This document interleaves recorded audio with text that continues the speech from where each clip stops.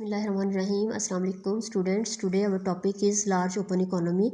Students, इससे पहले हम स्मॉल ओपन इकोनॉमी पढ़ चुके हैं। दोनों में डिफरेंस ये है कि लार्ज ओपन इकोनॉमी जो है वो वर्ल्ड रियल इंटरेस्ट रेट को इफ़ेक्ट कर सकती है, जबकि स्मॉल ओपन इकोनॉमी जो है वर्ल्ड रियल इंटरेस्ट रेट को इफ़ेक्ट नहीं करती। तो सबसे पहले हम लार्ज ओपन इकोनॉमी की डिफ़ाइन यहाँ पे पढ़ेंगे, उसके बाद इसकी एजम्पशंस को डिस्कस करेंगे। Large open economy is such economy that is enough to affect the world real interest rates। यानी लार्ज ओपन इकोनॉमी जो है वो ऐसी इकोनॉमी है जो वर्ल्ड रियल इंटरेस्ट रेट को अफेक्ट कर सकती है या इन्फ्लुएंस कर सकती है। तो अजम्पशंस क्या हैं? अजम्पशंस ये हैं कि इसमें दो इकोनॉमीज़ हैं, एक डोमेस्टिक इकोनॉमी है और दूसरी जो है वो रेस्ट ऑफ द वर्ल्ड है। The world is comprising only two large economies. Number 1 कौन सी है? होम और डोमेस्टिक इकोनॉमी। नंबर 2 क्या है? Foreign economy representing the rest of the world, यानी सेकेंड इकोनॉमी में पूरी वर्ल्ड आ जाती है। The world real interest rate is not assumed to be fixed.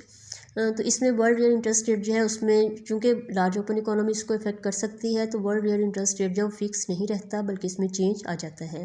तो इस चीज़ को जो है वो हम डायग्राम के ज़रिए जो देखेंगे। इसमें देखिए दो डायग्राम्स हैं, दोनों एक दूसरे से कंबाइन है, यानी हमने इसको इकट्ठा ही एक्सप्लेन करना है। पहला पार्ट जो है वो डोमेस्टिक इकोनॉमी को शो कर रहा है, जबकि दूसरा पार्ट जो है वो world rest of the world यानी सेकंड इकोनॉमी को शो कर रहा है।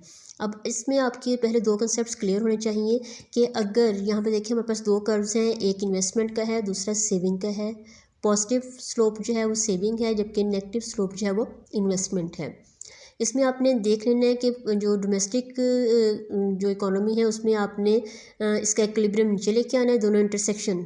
ये इक्विलिब्रियम तो नहीं है, इसको आप इंटरसेक्शन कह सकते हैं। इंटरसेक्शन जो है वो थोड़ा नीचे रहेगा, जबकि रेस्ट ऑफ द वर्ल्ड में इंटरसेक्शन जो है वो ऊपर की तरफ से आप लेके जाना है। यहाँ पे अगर हमारे पास 6% वर्ल्ड रियल इंटरेस्ट रेट है, तो हमारी जो डोमेस्टिक इकोनॉमी है उसमें सेविंग ग्रेटर देन इन्वेस्टमेंट है। आप देख सकते हैं कि सेविंग पॉजिटिव स्लोप्ड है और इन्वेस्टमेंट जो है वो नेगेटिव स्लोप्ड है। तो दोनों में डिफरेंस अगर आप देखें तो 300 का आ रहा है। जैसे कि आप यहाँ से आप वर्ड्स फिगर के ज़रिए भी देख सकते हैं, तो 300 का डिफरेंस जो आ रहा है सेविंग ग्रेटर देन इन्वेस्टमेंट है। अब ये देखें कि अगर सेविंग इन्वेस्टमेंट से ज़्यादा है तो ऐसा कंट्री जो सरप्लस में होता है वो लैंडिंग करेगा, जबकि अगर सेविंग लेस देन इन्वेस्टमेंट होगी तो ऐसा कंट्री जो वो डेफिसिट में होता है वो बोरोइंग करता है। यहाँ पे हमें इक्विलिब्रियम उस सूरत में होगा जब लैंडिंग और बोरोइंग दोनों इक्वल हो जाएंगी, तो उसको हम कहते हैं कि वो यानी जो लार्ज ओपन इकोनॉमी जो है वो इक्विलिब्रियम में है। अब यहाँ पे आप देखें कि 6% के ऊपर सेविंग जो है वो 300 जो है वो इन्वेस्टमेंट से ज़्यादा है, जबकि रेस्ट ऑफ द वर्ल्ड में ये डिफरेंस जो है वो सिर्फ 100 का है। इसका मतलब ये है कि 300 डोमेस्टिक इकोनॉमी जो है वो लैंडिंग करना चाह रही है, जबकि रेस्ट ऑफ द वर्ल्ड जो है वो सिर्फ 100 की बोरोइंग चाहता है। तो इसका मतलब कि ये इक्विलिब्रियम नहीं है।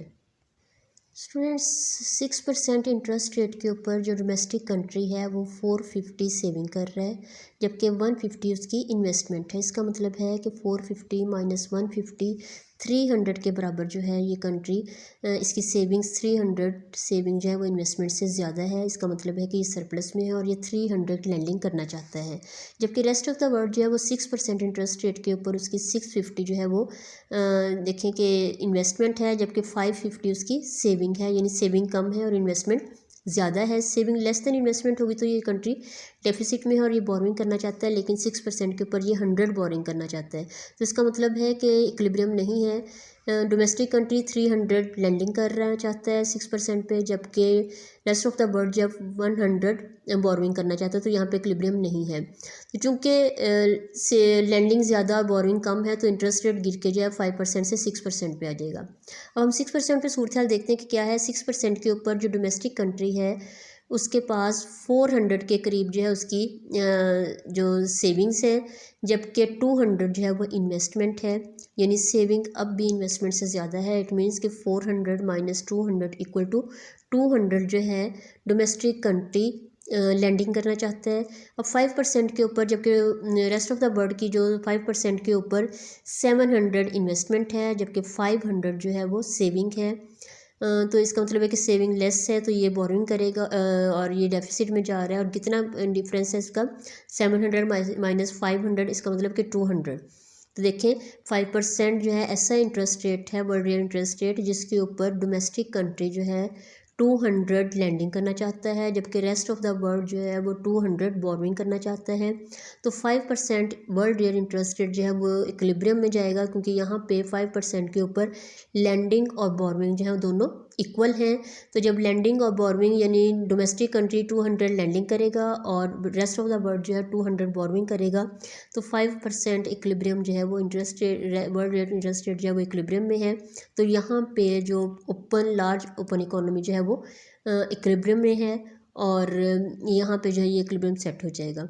और इस तरीके से आप देख रहे हैं कि दोनों जो लार्ज ओपन इकोनॉमी जो है वो वर्ल्ड रियल इंटरेस्ट रेट को इन्फ्लुएंस कर सकती है।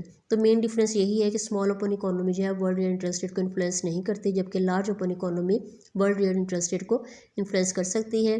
अगर आप ये जो आपके सामने प्रोमिनेंट मैंने नोट किए हैं इसको आप याद करके आप इसकी एक्सप्लेनेशन पढ़ें तो आपको यकीनन ये डायग्राम जो है वो ईजिली समझ में आ जाएगा।